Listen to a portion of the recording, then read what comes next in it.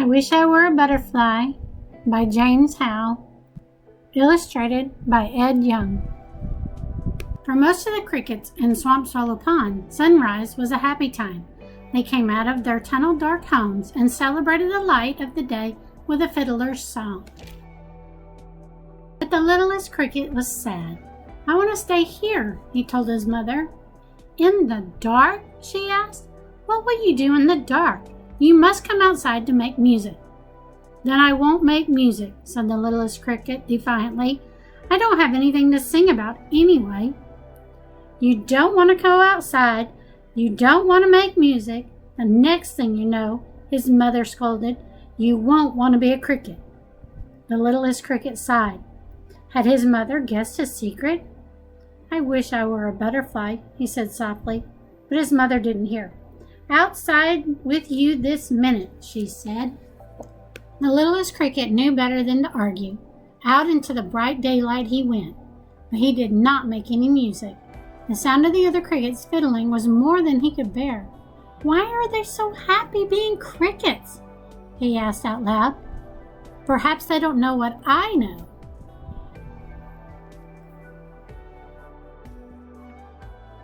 "And what is it that you know?" asked a passing glowworm. The littlest cricket said, "I know that I'm ugly. All crickets are ugly."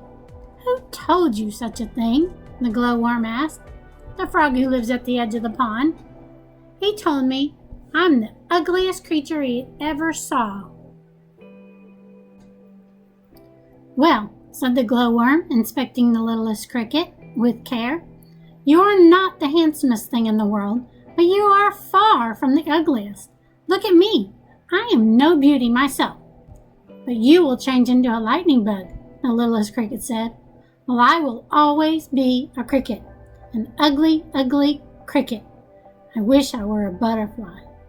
"There's no use wishing for what can't be," said the glowworm, going on his way. "Being a cricket seems fine enough with me." "That's easy for him to say," said the littlest cricket. "He will be a lightning bug one day, and the frog who lives at the edge of the pond will never call him ugly." "What do you care what the frog who lives at the edge of the pond has to say?" a ladybug asked from atop of a daisy. "If he told me I was ugly, I wouldn't care one bit." "But who would ever say you were ugly?" asked the littlest cricket. "Everyone can see how lovely you are. I am the color of a lump of dirt, but you are the color of laughter, if such a thing could be." This amused the ladybug. "Perhaps you are right," she said, "but then you must learn to be content with what you are and not mind what silly old frog tells you." "That's easy for you to say," said the littlest cricket, as the ladybug flew away. "Oh, I wish I were a butterfly." He jumped onto a lily pad and drifted across the pond.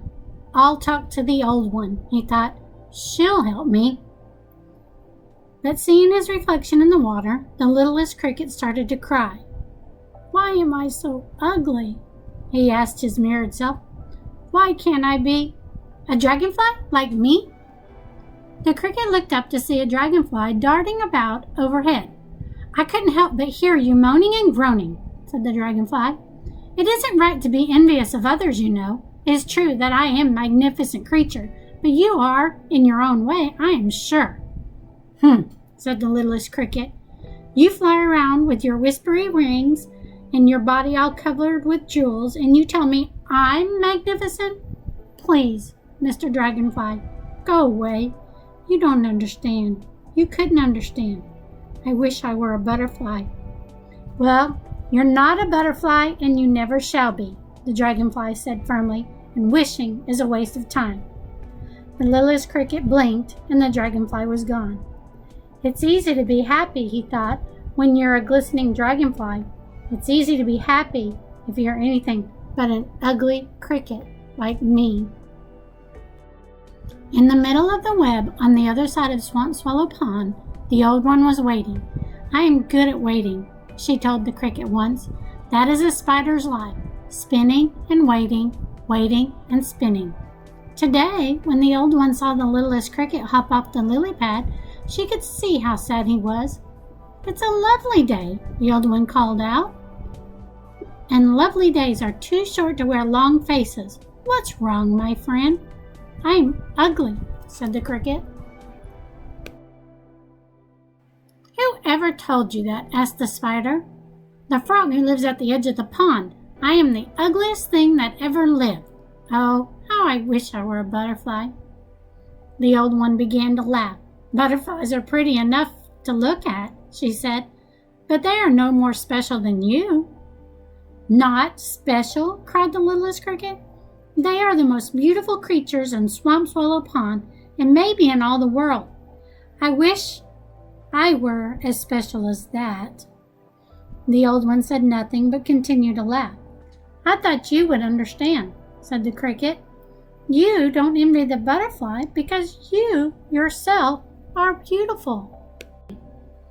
The spider stopped laughing at once. You think that I am beautiful? She asked. The cricket nodded. But I've been told that I'm the ugliest creature in Swamp Swallow Pond, maybe in all the world. The cricket looked surprised. Did the frog who lives at the edge of the pond tell you that? Not only the frog, said the old one. Why, if I were to believe what everyone says about me, I would think myself quite ugly. But I don't believe anyone, you see, and certainly I wouldn't believe a grumpy old frog who lives at the edge of the pond. I believe you because you are my friend. You think I'm beautiful, and so I am. You are beautiful, the littlest cricket said, but I am ugly as can be. I still wish I were a butterfly. The old one asked the littlest cricket to follow her to the water's edge. Look, she said, what do you see? A beautiful you and an ugly me, replied the cricket. What do you see? Two beautiful friends.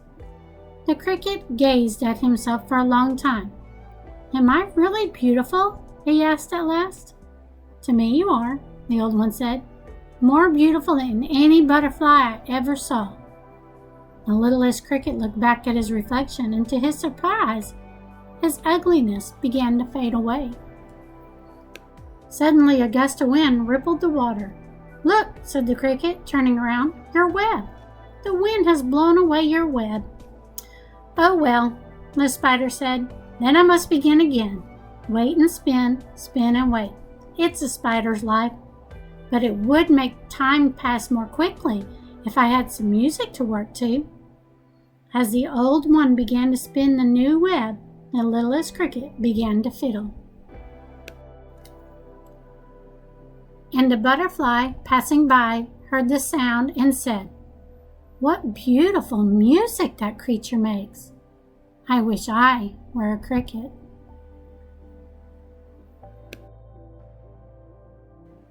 I hope you enjoyed the book. It is one of my favorites. Now that we've read that book, I want you to think of a few ways that makes you a special person.